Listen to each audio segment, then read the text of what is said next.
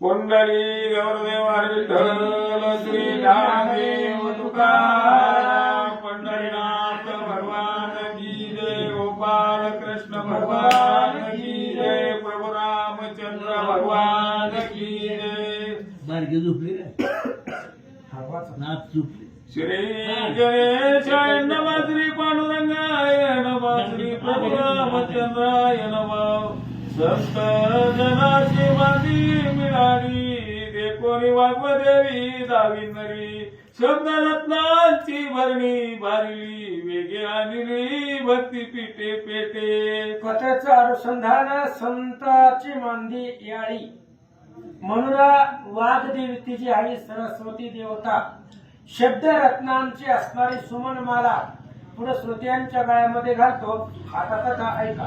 पाहुणी ग्राहकाची आवडी परीक्षक तसेची रत्नकारी ही सुगाराने जैसे वाडी अपेक्षा पाहुणी सुधितांची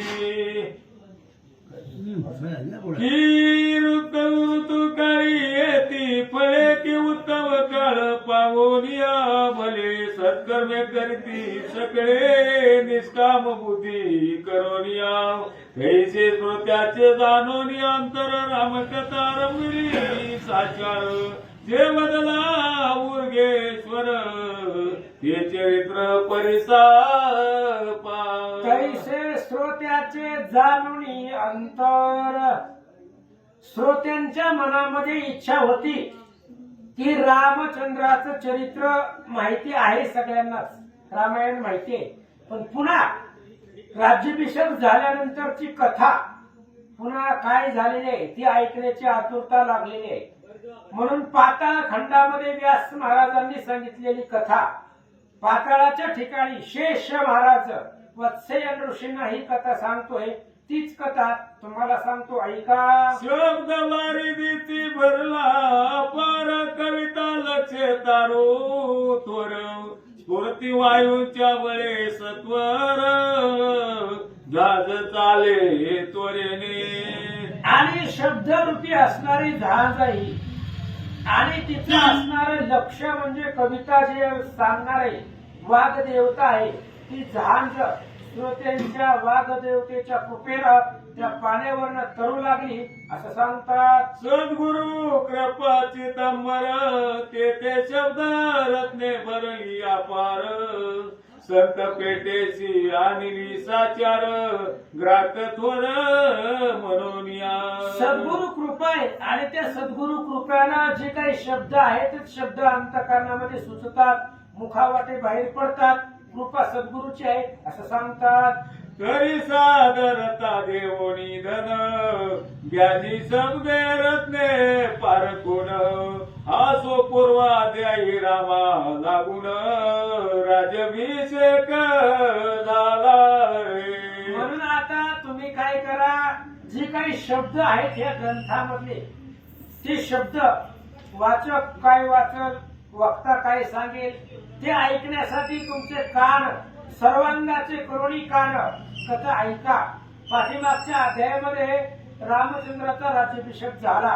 आता पुढे शेष सांग ती कथा वाचायण झाला ऐकता राजा सन स्थापिता रघुनाथा सकळ आनंद वाटला. पुढे शेष महाराज सांगू लागले आणि वत्सयन ऋषी ब्राह्मण आहेत ते आणि ते कथा ऐकू लागले हात जोडून आणि सांगायला सुरुवात केली. रामचंद्र अयोध्येच्या राजगादीवरती बसल्यानंतर सर्व देव लोकांना आनंद झाला. देव सकळ ते येऊन करोनी साष्टांग नमन मनती अवतरलासी अमकर्ण धन्य धन्य त्रिलोका. आणि सगळे देव लोक अयोध्येमध्ये आले, सगळे देव आले अयोध्येमध्ये आले. रामचंद्राच्या पुढे हात जोडून उभा राहिले आणि देव लोक म्हणतायत भगवंता आमच्यासाठी अवतार धरला. अवतार कशासाठी होता? देवांचं रक्षण करण्यासाठी. आणि राक्षसांना मारण्यासाठी अवतार धारण केला असं देव लोक बोलतात. हे सीतापते देवादी देवा आम्हा पीडिता दानव क्षीरसागर उड घेतली धाव चुकी केले आम्हासी. आणि देव लोक सांगू लागलेले हे असणाऱ्या भगवंत आदी ब्रह्म मूर्ती तुम्ही आहात. देवांचेही देव आहे. ईश्वराचा मी ईश्वरू, गुरुचाही आदी गुरु असे असणारे तुम्ही भगवंत आहात. आम्हाला राक्षसांनी त्रास दिला म्हणून क्षीरसागरावर धाव घेऊन रामचंद्राचा अवतार धारण केला. दानव कोळत कवन ते दानव दावानळ होऊन केले सकळाचे निर्दळन आम्हा स्वस्थान दिदले. भगवंत हे असणारं दैत्यरूपी काटेरी वन होत आणि हे दैत्यरूपी काटेरी वन तुम्ही प्रलय अग्नीचा वनव होऊन तुम्ही ते असणार वन जाळून टाकलं. अर्थातच राक्षसांना मारलं असं देव लोक सांगतात. ओ जगाचा उत्तम करता सकल त्रिभुवन पालिता याचा मात्रे संवार करिता धर्म रक्षिता तोची एक. आणि देव लोकांनी सांगितलं भगवंता धर्म रक्षण काम तुमचं आहे. धर्माचे खंडन करिता धर्माचे पालन करिता खंड खंडन असो अशा पद्धतीने धर्माचं प्रतिपालन करणं ही तुमच्या एकट्याकडेच आहे. म्हणून युगायुगाप्रती रामा अवतरसी मेघश्यामा झाडा करीसी अधर्मा पुरुषोत्तमा श्रीपते. आणि ते तुम्ही केलं तर देव लोक सांगतात जग उद्धार करावयासी दशरथा पोटी जन्म घेसी मानजे का पापरासी तया तारीसी नाम मात्रे. आणि भगवंता तुम्ही काय केलं वैकुंठावरनं आलात. कौशल्य दशरथाच्या पोटाला जन्म घेतला आणि जे काही पापी हीन दीन आहेत त्यांना नाम मात्रानं देव ब्रह्मरस ते देऊन या रसायन तारिताती भवान व जाना तुमच्या नावानं या सगळ्या जनाचा उद्धार तुम्ही करतात असं देव लोक सांगतात. देवा तुझा महिमा पूर्ण आगत वर्णी लकवण तुआ चरण स्पर्श करुण गौतम पत्नी उधरिली. देव लोकांनी सांगितलं रामा तुमच्या चरणाचं सामर्थ्य अद्भुत आहे. अहो चलता चलता दगडाला पाय लागला तर त्या दगडाचा उद्धार झाला. गौतमाची पत्नी अहिलेचा उद्धार तुम्ही तुमच्या पायाने केला. एवढंच नाही तर समुद्रावरती दगड तारली रामा ते तुमच्या पायाचा प्रताप आहे, चरणाचा प्रताप आहे. नवे समुद्राची लक्षण, नवे निळाचे वरदान, नवे ऋषींचे वरदान, नवे निळाचे महिमान. मग काय आहे श्रीरामचरण प्रताप. शिववीरांची देव नमिले ऐसे श्रेष्ठ पाद आपुले जे जे इच्छित फळ देती वैले कल्पद्रुमाची ये परी. भगवंता तुमच्या पायाचं एवढं सामर्थ्य आहे. शिव असेल, महादेव असतील, ब्रह्मदेव असतील किंवा सगळे देव तुमच्या असणाऱ्या पायाची चरणसेवा करतात. जसं कल्पवृक्ष कल्पिले इच्छा पूर्ण करतो तसं तुमचं दर्शन झाल्यानंतर त्याच्या मनातली कामना पूर्ण करतात असं तुम्ही आहात. वज्र यवानी पवित्र याची निमंडित सुंदर ऐसा तव चरणाची वारंवार इच्छा मी करीतो सो. भगवंता तुमच्या पायामध्ये ध्वज वज्र अंकुश असं सामुद्रिक चिन्ह तुमच्या पायावरती आहे. म्हणून तुमच्या चरणाची सेवा आम्हाला सदोदित घडावी हीच आमच्या मनामध्ये इच्छा आहे. देव इच्छिती म्हणे जन्म झाला जरी आवानी तरी पंढरीच्या पटांगणी कान धरुणी नाचतो. म्हणून तुकाराम महाराज सांगतात, घेईन मी जन्म याच साठी देवा, तुझी चरण सेवा साधावया. मदना होनी मनोहर ऐसा तुरा जीव नेत्र हरावया भूमी भराव तरणासी राम रूपे.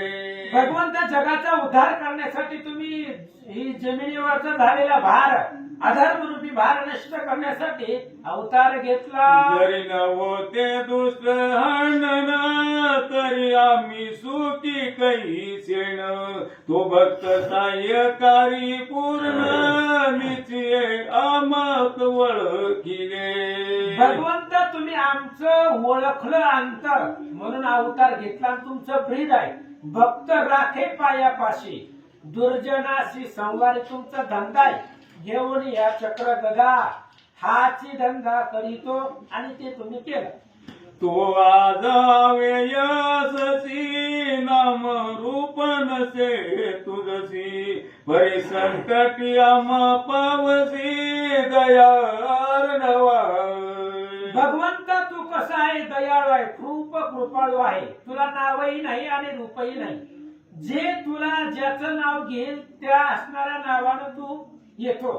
म्हणून तुम्ही आला तर आमचा उद्धार केला आणि आमच्यावरती कृपा करून या दुष्ट रावणाच्या बंदीतून आम्हाला सोडवलं असं देव लोक सांगतात. तुझे चरित्र परम पावन तुझे होनी गोड जाण. सकल पाप करी दहन श्रवण मात्रे करोनिया. म्हणून तुझं असणारं चरित्र अमृतापेक्षा गोड आहे. म्हणून रामचंद्राची कथा रोज चालते. आबा मग असे तुमचा फोन उचलला नाही, कथा चालू होती मोबाईल वरती. आमचे रामायणाचे ग्रुप आहेत. संपूर्ण महाराष्ट्र भावार्थ रामायण प्रेमी, आस्था भावार्थ रामायण अशा प्रकारचे मोबाईल वरती ग्रुप आहेत. आणि त्या ग्रुपवरती कथा ऐकत होतो मी, त्याच्यामुळं फोन उचलला गेला नाही तुमचा. असू द्या, क्षमा मागतो. आणि म्हणून रामचंद्राची कथा आहे, अतिशय पुण्य पावन आहे. आणि रामचंद्राची कथा ऐकल्यानंतर पाप करी दहन, पाप संपलं जातं. भगवंताच्या कथेमध्ये ते सामर्थ्य आहे. म्हणून वेदशास्त्रा माझारी हेची कथिले निर्धारी. जो श्रीराम नाम स्मरण करी त्याच्या नाशती पापराशी. अशी पुण्य पावन कथा तुमची आहे. ऐसा जो देवादी देवा तुझ कोण मानेल मानव. अमानुष कृत्य हा भाव दावणी जाशील धामा. आणि अशा प्रकारच्या भगवंता तुम्ही देवादी देव आहात. तुम्हाला मानव कोण म्हणेल? मानवाला ते करणं शक्य आहे का हो? जे रामांनी केलं ते माणसाला करता येतं का? नाहीच करता येत. म्हणून राम नव्हे मनुष्य वेश, राम त्रैलोक्य तारक असे असणारे तुम्ही भगवंत आहात असं देवलोक बोलतात. तो आद्यानादी आजरा सोनी घेतला सी अवतार. सुंदर मदन मनोहर तुते शंकर ध्यातसे. भगवंत तुम्ही कसे आहात? आद्य अनादि अमर आहात. तुम्ही आद्य आहात, अनादि आहात. असं असून सुद्धा तुम्ही आमच्यासाठी अवतार धारण केला. आणि कसा अवतार धारण केला? राजस सुकुमार मदनाचा पुतळा. अतिशय सुंदर रामचंद्राचं स्वरूप आहे. आणि तुमचं स्मरण महादेवजी पाट्यापासून करतात असं देवलोक बोलतात. तुझे करावया स्तवन आम्ही नसो शक्तिमान. ऐसे वदोनी देवगण चरणी मस्तक ठेविती. देवलोकांनी सांगितलं रामा तुमचं वंदन करावे, तुमचं वर्णन करावं. त्याच्यासाठी मी अशक्त आहे, शक्ती नाही. काय एका मुखानं तुमचं वर्णन करून संपणार आहे का? अहो एवढे मोठे जे श्री संत एकनाथ महाराज 36,000 ओव्यांचं त्यांनी रामायण लिहिलं. 297 अध्याय केले, एकनाथी भागवत लिहिलं त्यांनी आणि ते म्हणतायत आता जैसा आहेसी तैसी या, नमो तुझ श्रीराम राया, तुझे कृपे रघुवरिया, स्तुती वदवया सामर्थ्य. अहो तुम्ही जसं आहे तसं तुम्हाला नमस्कार असो, कारण तुमचं वर्णन करता येत नाही. मग तयासी नत पाहोन श्रीराम बोले प्रसन्न वदन, तुमची स्तोत्रे वाणी ऐकून मज आनंद झाला. आणि मग अशा पद्धतीने रामचंद्रांनी बोलायला सुरुवात केली. देवलोकांना तुम्ही स्तुती केली, आनंद वाटला. आता जोवर तू माझी चित असेल मानसी, तो मागावा तुम्ही मजसी दे, एकशे राक्षस मिळाला. आणि रामचंद्र सांगू लागलेले आहेत मी तुमच्यावरती प्रसन्न आहे. तुम्हाला जर काही मागायचं असेल तर माझ्याकडून मागून घ्या, अपेक्षित वरदान तुम्हाला देईल असं भगवंत बोलतात. आईशी ऐकोनी राम वचन, देव म्हणती तया लागून, आपण वधिला दुष्ट रावण, त्याने आम्ही सुखी झालो. आणि त्यावेळेस रामचंद्रांनी मागा म्हटल्याबरोबर देवलोकांनी सांगितलं काय मागावं, जे मागण्याच्या आधीच दिलेलं आहे.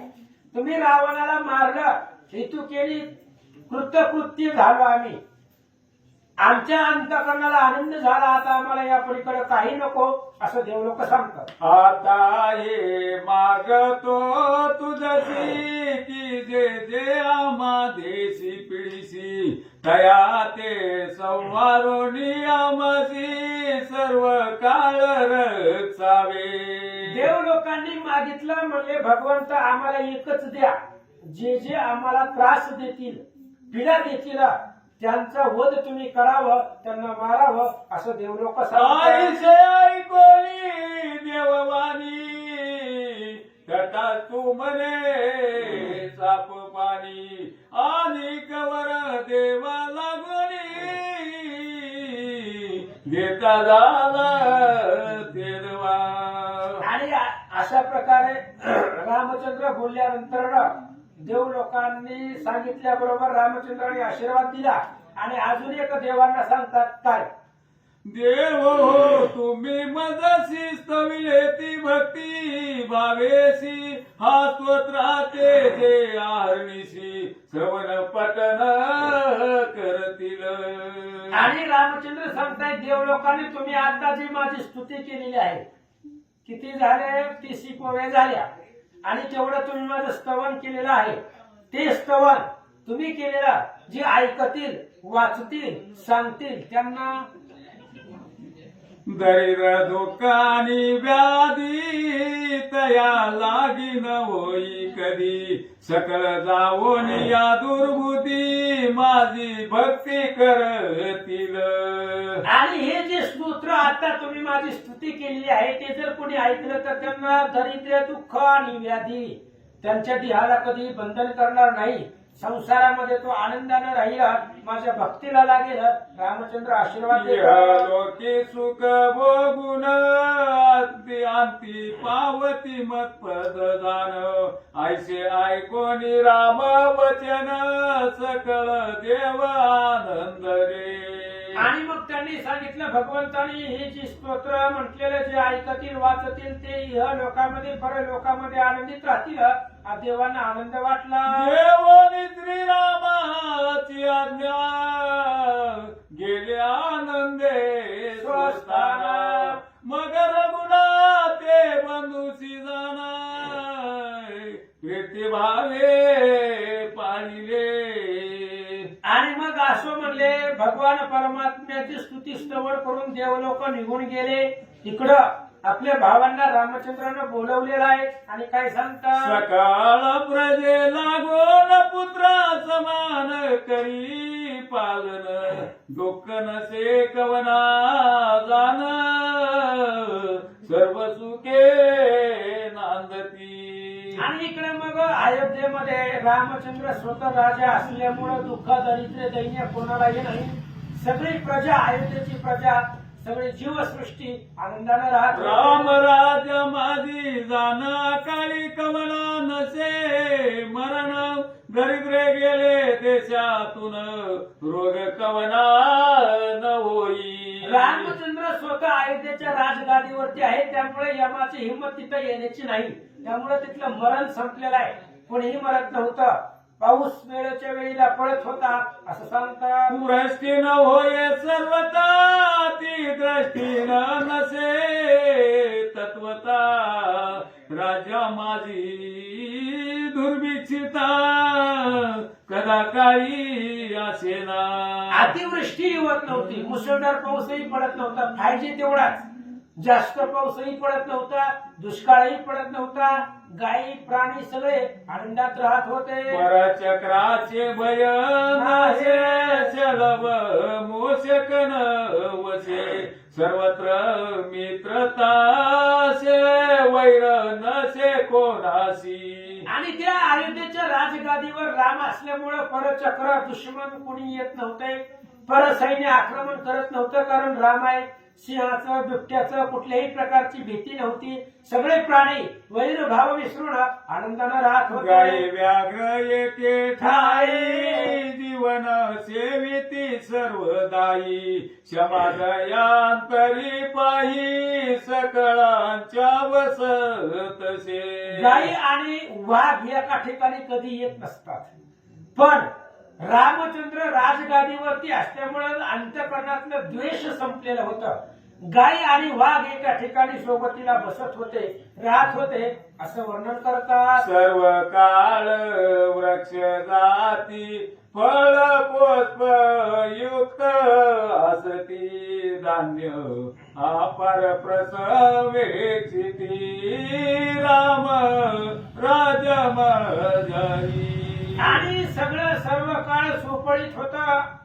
जमिनीमध्ये त्या ठिकाणी धान्य येत होतं, शेतीमध्ये शेत पिकत होतं असं सांगतात. पुत्र प्रोत पौत्रादिकी करून सर्वही जन सुखी जाण विपुल धन धान्य असे सर्वदा घरोघरी. प्रत्येक घरामध्ये धनधान्य विपुल प्रमाणामध्ये होतं, सर्वांना पुरेल असं होतं. पुत्र पौत्र संतती सर्व आनंदामध्ये राहत होते. पाप कर्म करावे आयसी व्रती न उठे अंत करणासी याचे कारण परियसी तुझ लागी निवेदितो. शेष महाराज वत्सायन ऋषीला ब्राह्मणाला सांगतायत त्या अयोध्येमध्ये पाप करावं असं कुणाच्याही मनाला वाटत नव्हतं.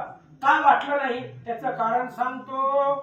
जो सर्वात आम्ही साक्षीभूत तयासी सहज कळेल मात शिक्षा करील मनोनिभीत सकळ जन दुष्ट कर्मा. आणि शेष महाराजांनी सांगितलं, वत्सायन ऋषीला म्हणले, महाराज अयोध्येमधली लोक पाप का करत नव्हती?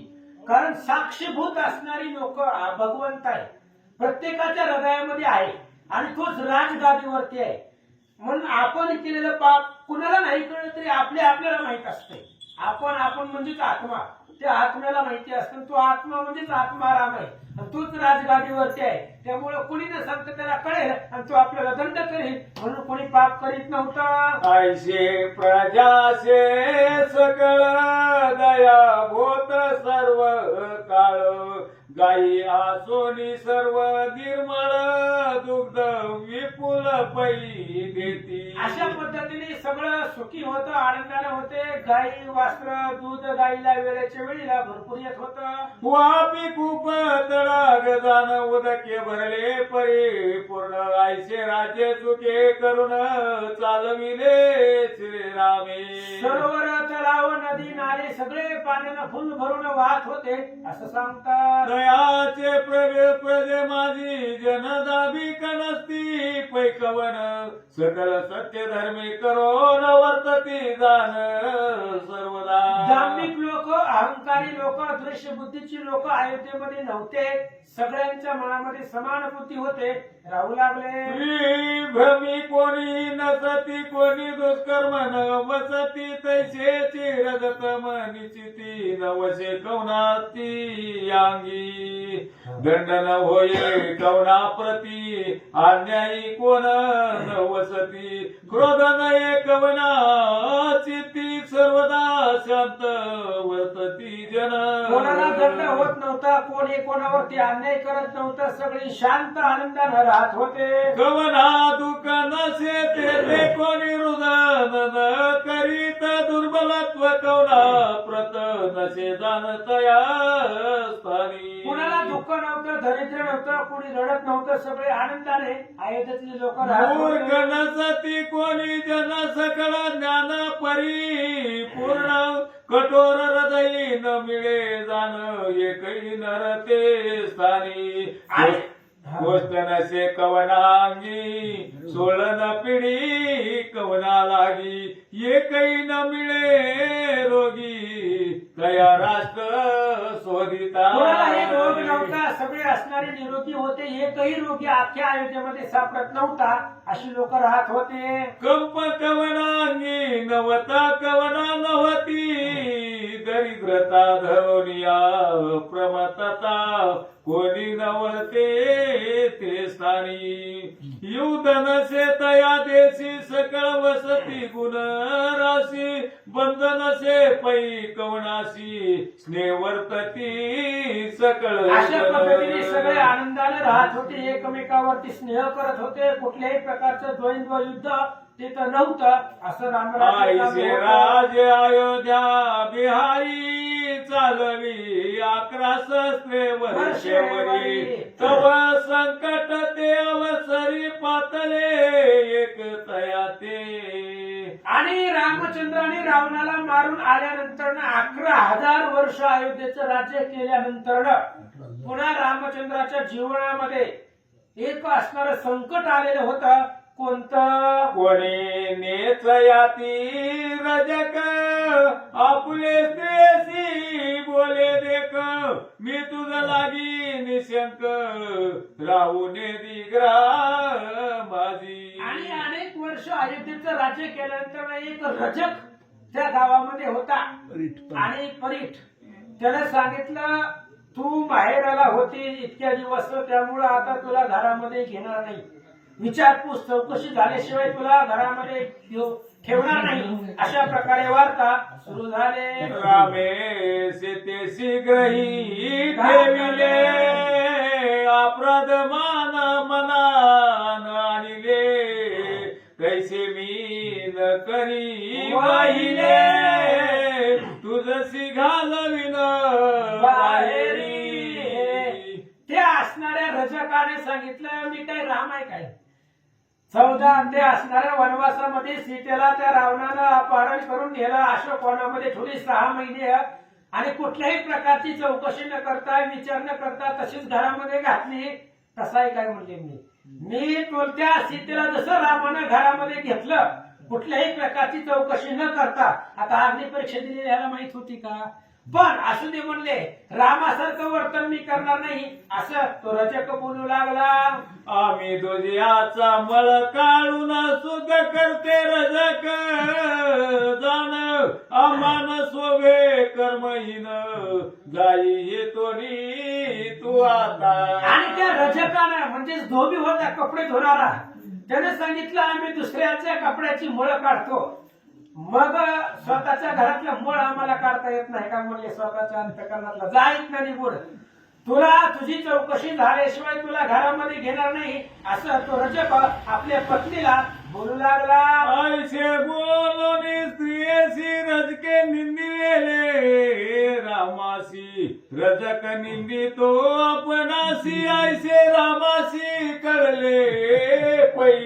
अशा पद्धतीने मग त्या रजकाने आपल्या पत्नीची निंदा केली आणि रामाचीही केली. राम राजा आहे, प्रजेचं वर्तमान त्याला ठेवावं लागतं. रामाच्या लक्षामध्ये आलं की अयोध्या नगरीमध्ये रजक आपल्याला आपली निंदा करतोय, आपल्याविषयी बोलतोय असं रामाला वाटू लागलं. तो अपवाद चुकवावया लागून लक्ष्मणाशी सांगे रघुनंदन जानकी काननी सोडून यावे त्वरित माघारा. लगेच रामचंद्राने लक्ष्मणाला बोलवलं आणि सांगितलं लोक नाही ते आपापल्या घरामध्ये बोलतात, त्याच्यामुळं काय कर आता हे सीतेला घेऊन जा आणि लांब अरण्यामध्ये वनामध्ये तिला सोडून रातोरात माघारी ये.